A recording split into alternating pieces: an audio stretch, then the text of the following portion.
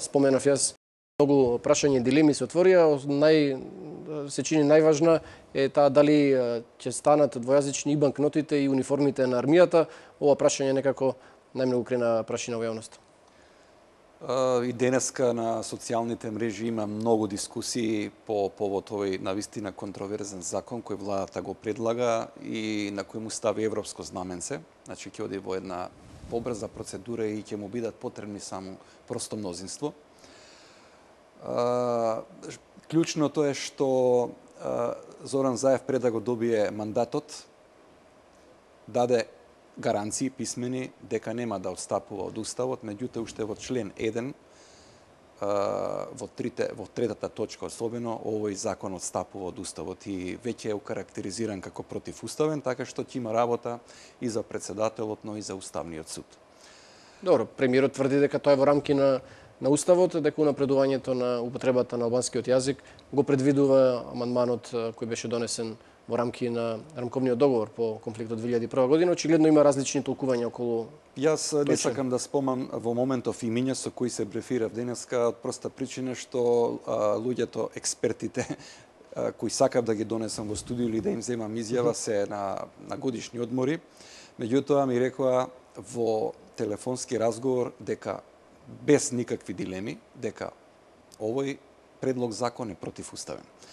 Член 1 вели дека на цела територија на РМИ во меѓународните односи службен јазик е македонскиот и кирилското писмо. Во член 2 се вели дека друг јазик што го зборуваат најмалку 20% од граѓаните, тоа се албанците, исто така е службен јазик и неговото писмо согласно овој закон. И сега третиот член, каде се ќе се употреба опсегот.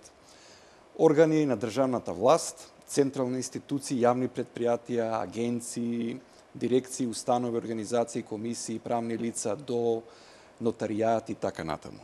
Значи, не е одредено само како ќе се зборува албанскиот јазик на пазар и во супермаркет, значи во приватната комуникација. Се што е оваа држава се опфаќа со ова, тоа значи дека излегува надвор од. Христо, познате законот во целата негова содржина, објавена? Јас дури денеска по приватни канали успев да го добијам предлог законот. Допред малку го немаше на Министерството за правда, во меѓувреме можеби е поставен, но допред малку го немаше, па дури и со експертите кои ја разговарав, тие викаа дека виделе само на некои сајтови одредени членови. Друго е да така беше презентиран члена... петокот доцна навечер беше усвоен. Веројатно Да, меѓутоа викендов... логиката на оваа влада е дека таа рече дека ќе работи транспарентно и дека за вакви реформи корените ќе има широк диалог, односно јавни дебати.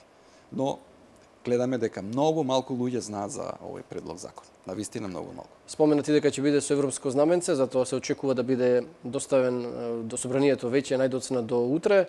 Кој е објаснувањето на владата за зошто е со европско знаменце?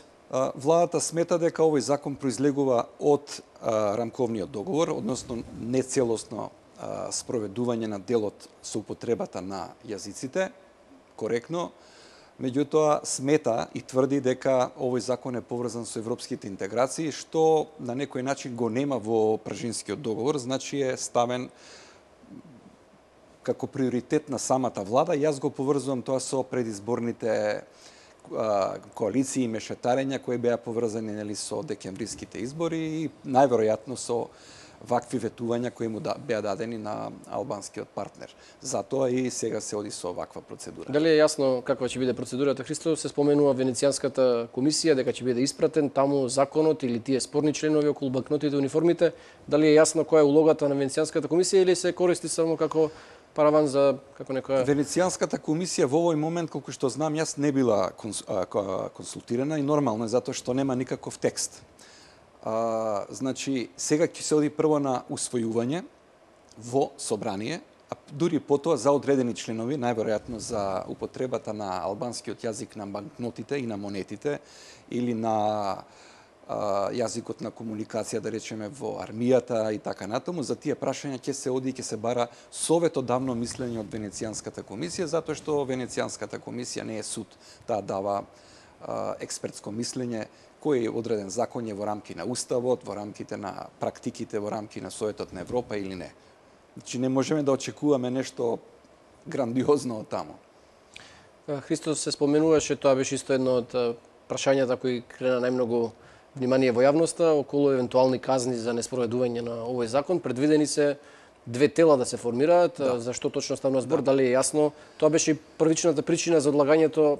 Пред една недела имаше еден обид да биде усвоен законот на влада, но беше соопштено дека поради не до крај дефинираните надлежности и начинот на кој ќе се составуваат тие две институции беше пролонгиран за една недела. Дали се расчистени сите дилеми?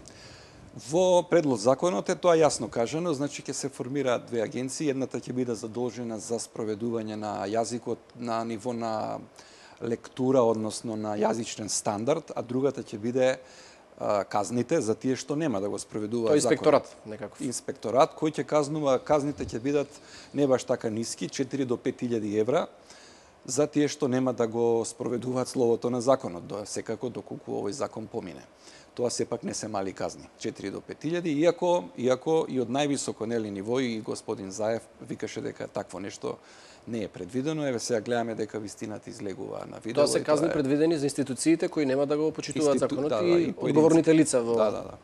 А има ли, дали е јасно, например, се споменуваше дека да речеме, ако во Пехчево некој албанец побара и собрати на албански јазик, дека ќе треба некој да има албанец вработено таму за да му одговори дали е тоа расчистено, дали треба да има албанец или тој допис ќе се препреча во таа институција. Законот тоа го нормира. Како во пракса тоа ќе биде, треба да видиме. Меѓутоа законот му го овозможува тоа. Јас ќе отидам во Ресен, да речем, јас сум припатник на албанската заедница и сакам документ да биде издаден на албански јазик. Треба да има формулари.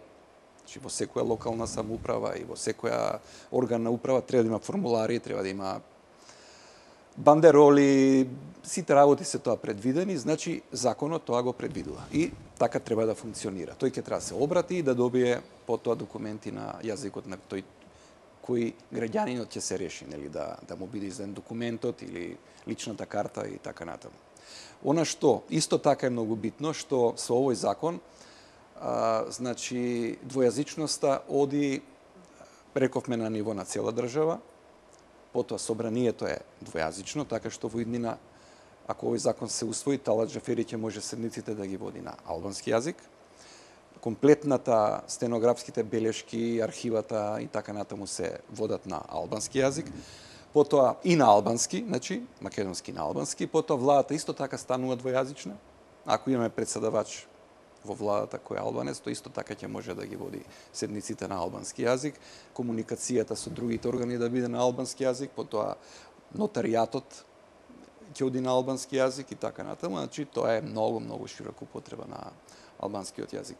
Она што мене не ми е јасно, да речеме како во пракса ќе функционира, еве да го земеме Министерство за локална самоуправа, како вработените меѓу себе ќе комуницираат.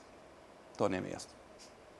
Има многу очигледно дилеми и прашања. Христо, станува да почекаме законот да дојде во собрание, да видиме како таму ќе се развива расправата и дебатата. Очекуваме се, разбира, да се вклучат и сите експерти, тие што се консултирал и тие што... Она што е сега исто така важно, го мислам, дека овдека го нема во предлог законот, е дека овој ќе зафаќа големи буџетски средства, но во моментов не се знае колку тоа ќе чини.